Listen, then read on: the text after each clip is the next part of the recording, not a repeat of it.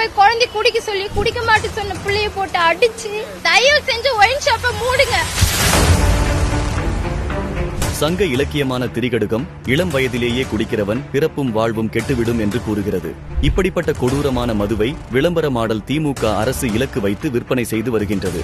இதன் விளைவாக கடந்த ஒரு வாரத்தில் மட்டும் தமிழகத்தில் நடந்த அவலங்களை நீங்களே பாருங்கள். திருவள்ளூரில் வீட்டருகே அமர்ந்து கும்பலாக மது குடிப்பதை தட்டி கேட்டவரை அந்த கும்பல் திட்டமிட்டு அடித்து கொலை செய்துள்ளது. கொலைகார கும்பல் குறித்து ஏற்கனவே புகார் அளித்தும் நடவடிக்கை எடுக்கவில்லை என்று மனைவி குற்றம் சாட்டியிருக்கிறார்.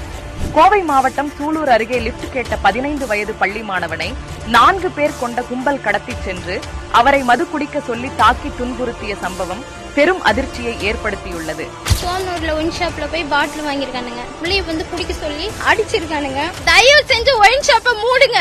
திருவாரூர் மாவட்டம் குடவாசல் அருகில் உள்ள சரபோஜிராபுரத்தில் டாஸ்மாக் அருகே மது அருந்துவோர் அவ்வழியாக செல்லும் மாணவிகளை கிண்டல் செய்வதாக கூறி அப்பகுதியினர் டாஸ்மாகின் ஷட்டரை இழுத்து பூட்டினர். திருச்சி மாவட்டம் மணப்பாறை அருகே வையமலைப்பாளைய ஊராட்சி ஒன்றிய தொடக்க பள்ளியில் ஆசிரியராக பணியாற்றி வரும் 45 வயதான ஆரோக்கியராஜ் மிதமின்றிய போதையில் பள்ளியில் தகராறில் ஈடுபட்டதோடு பள்ளியிலேயே படுத்து கிடந்த வீடியோ காட்சிகள் அதிர்ச்சியை ஏற்படுத்தியது.